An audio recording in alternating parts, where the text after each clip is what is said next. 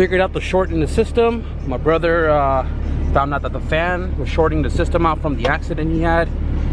Got it fixed with a new fan, and this thing blows stupid cold, boys. My goodness. B20 VTEC with AC? Why not? Hey, what's going on, you guys? Welcome back to the channel. Behind me right here is a Furio EG8, and OG subscriber knows this car. It was on the channel many years ago, and it kind of disappeared for a while. It seems like this car has gone through a lot of crap in the last couple of years that I haven't seen it. And again, if you guys subscribe long enough, you guys should have seen this car on the channel where we went racing. My friend Barshan was the first person who let me drive his Turbo CRX and kind of introduced me into turbo. And then when I did my first turbo setup, the stock LS VTEC on, I believe it was 13 pounds, and then I cranked it up to 15, 16 and shot a couple rods out. This was the car that smoked me like 6 out of 7 times, and it was also the car that got me started on the new motor, which was the piston rod setup that I'd driven in my sedan, my wagon, and my CRX for the last 3.5 years. This car has been around for, I believe, over 15 years. It's in really rough shape now, and as far as I know, what he told me today was this car sits out in the street now, and the car was broken into, vandalized, and a lot of things stolen internally. I mean, not internally, but inside the car. Shattered the back glass. They pretty much stole all of the gauges and everything right there. They took the ECU and just a bunch of things, like petty stuff, you know what I mean? And pretty much what I'm going to be doing to this car today, maybe tomorrow as well too, depending on what we have to install. The original motor that was in here, it was a GSR turbo. It blew up, and he swapped in an LS motor right here.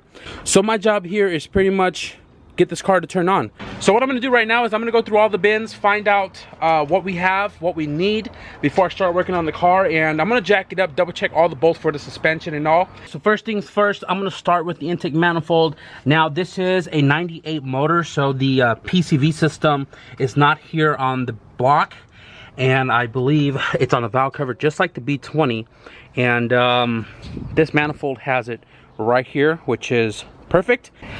I don't think there's anything else under here that I need to worry about other than the injectors needing to be swapped over to the OBD2, because I don't have OBD1 injectors, so I'm going to have to modify these for the current injectors on that manifold. Now the fuel rail is a stock banjo with a stock fuel pressure regulator. I need to swap over the Pro Series Golden Eagle because he has only one inlet and no outlet. He does have the fuel lab regulator on the firewall, which is a fuel feed and return system, so only one goes to the fuel rail. So I need to fit this on here with these injectors right here, and I just threw a gasket on here from the bag sent over from CL Motorsports. He gave me all of this right here, and I just so happen to have the right gasket to fit this without the excess right here on the bottom, because we aren't running the other one, which is this guy right here, all these extra stuff. So that's good. Got to get a map sensor actually. Yep, this one has a map sensor right here as well. And then this manifold should be ready to go on. Now I do have a GSR header in the backyard. I'm gonna have to get that out here, see how much I got to mod to get to that 3-inch exhaust right there. But one step at a time.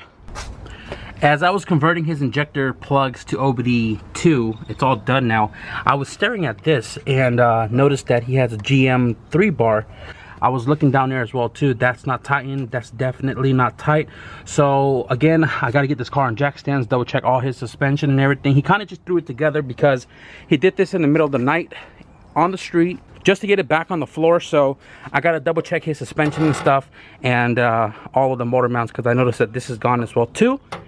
Went to the backyard, grabbed this GSR, I believe it's a GSR header that came off the GSR that my cousin sent to the moon, and this is going to be going there. Thank goodness he has the gasket and all of the 12 mil nuts. So I'm going to get this installed. I'm not sure how I'm going to go about the exhaust section yet. I need to know where that lands here, so that we'll know what to mod as far as the exhaust system goes to the header. I'm going to try to do everything else, and see what I need before I run to the store. I'm gonna remove the intercooler system because we're not gonna need that anymore. This comes off, bumper goes on, bumper's right there. The engine does have oil, and it's nice golden oil.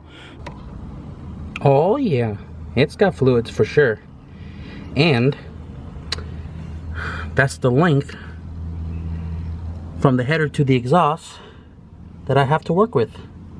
It is a new day, guys. So after running around, went to the hub, got everything I needed. I got the coolant block off for under the distributor. We have a gasket for the exhaust. Hopefully this fits because it's 2 1/4.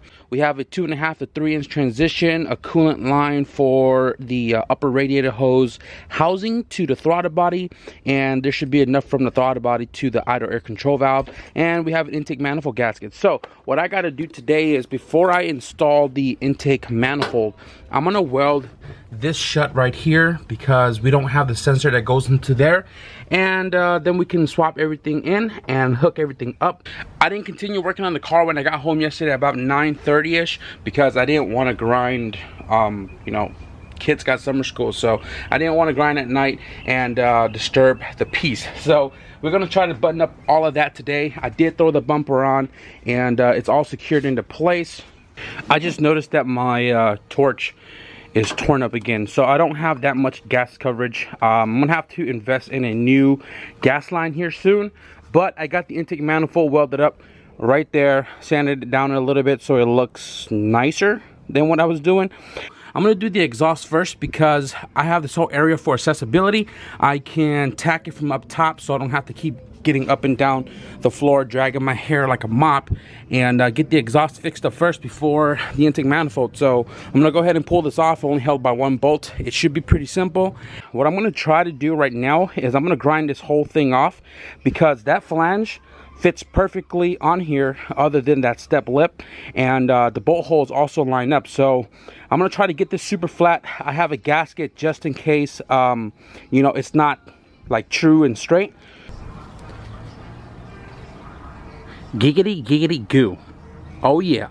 Right now I'm gonna have to cut it somewhere here, and then this guy right here, 2 1/2, is gonna be in place of that, and then I gotta cut the 3 right here to mate to the exhaust, and I'm gonna have to cut that 3 bolt flange off right there so I could you know, obviously transition it right here. Alvin, hey, up here, bro. Exhaust done. Guys, I do not want to get super far and not show you guys some updates. So we have the intake manifold installed. We have all of the coolant lines installed. We have the fuel installed, block off. We have the injectors. I believe it's brown, red, blue, yellow, or at least that's how it is on my coupe. And I have that side of the harness installed. This one I have not done it yet.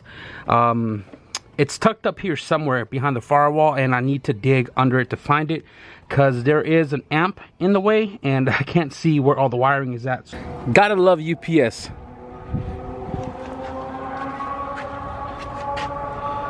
Damn, that hurts to see. Ouch. Goddamn. I'm gonna open this up with you guys a little bit later. Right now I just got to get this car done. Damn, that hurts.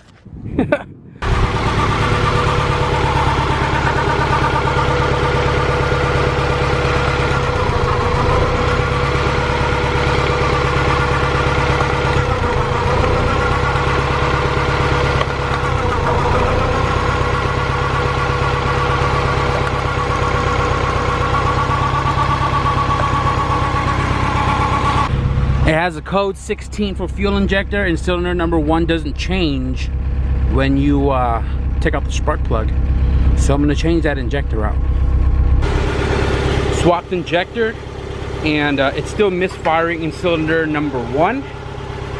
Now it may be a wiring issue because I swapped the injectors around, also another one in place of that, and it still doesn't change anything in cylinder number 1.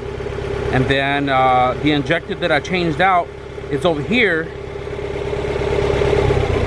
and the car changes idle. So something with the wiring, I'm gonna have to double check that real quick and figure out why it's still misfiring.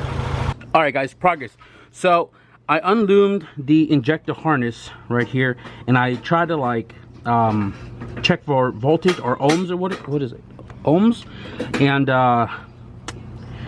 it wasn't making any type of connection whatsoever at this joint, and this harness was converted before, so there was another joint down here somewhere, right there. And I traced it all the way inside. Right now, these are OBD2 injectors, so they don't require a resistor box. Now this car was turboed, so it needed the resistor box, and I traced it to this guy. I made a little bypass because we don't use the resistor box anymore for these injectors, and this pin is for cylinder 1 injector, and I accidentally pinned it right there in between the plastic, so it wasn't making any connection to the terminal. I moved it over, and now the car turns on without a misfire.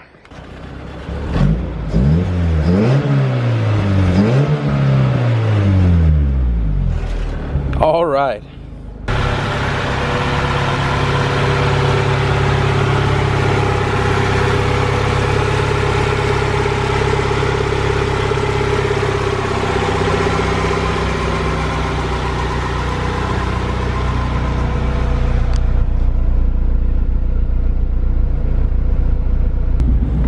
Wow, it actually drives pretty nice, and it sounds good. This is a full 3-inch exhaust with a resonator.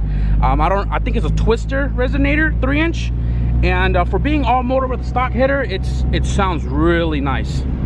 Wow, yeah. So we're pretty much done with this car. Now let's go show you guys what I got in the mail and my brother's new CRV. All right, guys, so I'm going to talk about this car here before the sun goes down. This is, I believe, an 03 or 04 Honda CRV my brother picked up a couple weeks ago, and he got it the way you see it right here: light bar, wheel bar, lift kit, big old tires. Now honestly, this fits my brother, but with this car being here and me trying to get rid of that car over there, the van, or not even sure yet, the blue wagon may be for sale soon. The cool thing about this is the car is all-wheel drive, and it's also a manual transmission. So what my brother wanted to do with this right here is put the supercharger on. Now you guys, I promise you there is a supercharger under all of this right here, but he wants to pull the supercharger out, put it in there, right? I think it'd be more practical. And then he's going to lower this car back, you know, back like moderately lowered, and he wants to put regular wheels and everything back on here and make this more of a track car, because right now the way it's lifted, it's all kinds of bindage with the wheel bearing and all that, and it's messing up a lot of things every time he drives it. So he wants to put this car back to normal, engine under the hood. It's got the EFK1 mounts, so you know we can't drop it unless we get spacer kit, and I don't want to cut the mount out for the EFK2s. So I just want to touch bases on that real quick, guys. Hope you guys are looking forward to seeing this soon. I think it looks pretty dope the way it sits all murdered out like that, but it'll be more better with the supercharger on it, right? We are losing daylight here, and I'm just gonna dive right into this package right here and show you guys what we got, and then we can close out this video. The box is already messed up, so I'm just gonna go ahead and cut away here.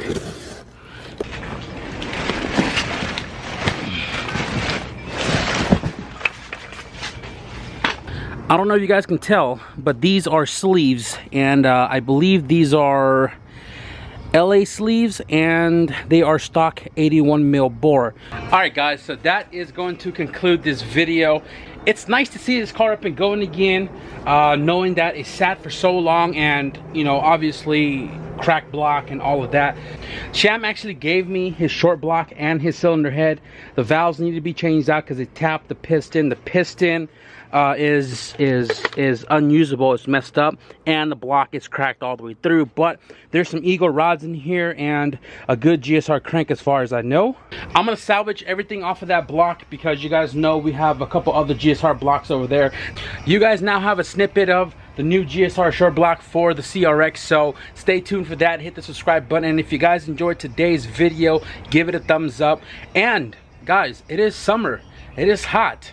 We have some tank tops still in stock in black or white. Go to the description below for the link to the Built to Drive website. Pick you up some tank tops. I'm excited. Got a lot of things coming here within the following week, so you guys stay posted for that. With that being said, thank you guys for watching, and I'll see you guys in the next video. Peace.